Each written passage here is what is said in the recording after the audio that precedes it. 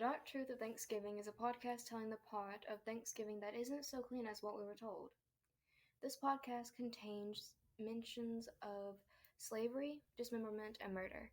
If you do not like this kind of stuff, or you want to keep Thanksgiving the same mentally, quit listening. If not, enjoy the podcast. Other podcasts can be found on our channel, Wolverine Studios on YouTube. Hey, do you know the story of Thanksgiving? Yeah, I do, but did you know there was more to it? What do you mean? The modern story was correct, but it did not tell the whole story. After the whole peace treaty and all that, word had spread in England about a paradise that was found in the New World, and a group of religious zealots that we know as Puritans began to arrive in boatloads. Seeing that there was no fencing around the land, they decided it was just public domain. And they were joined by other British settlers as they seized the land, capturing strong young natives for slaves and killing the rest.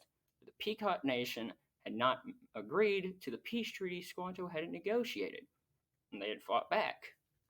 The Pequot War was one of the bloodiest Indian wars ever fought. In 1637, near present-day Groton, Connecticut, over 700 men, women, children of the Pequot tribe had gathered for their annual Green Corn Festival, which is what we know as Thanksgiving celebration.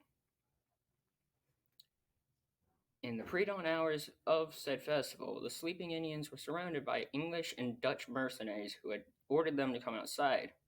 Those that came outside were shot and clubbed to death.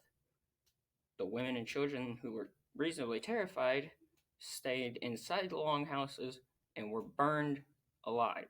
The colonists and Indian, after this first attack, went on selling women and children over 14 into slavery and killing the rest of them. Is there anything else?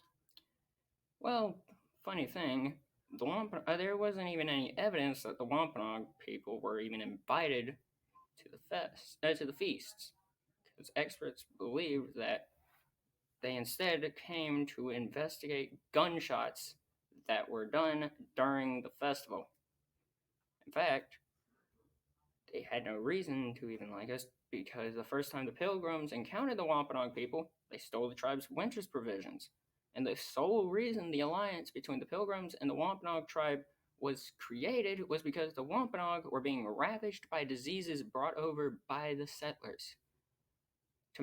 Another note to mention, the original Thanksgiving feast was not one day, but after every successful massacre.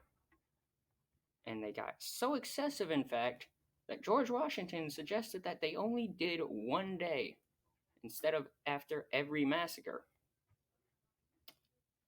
One more thing to mention, during the feasts, the heads of Indians were used as soccer balls.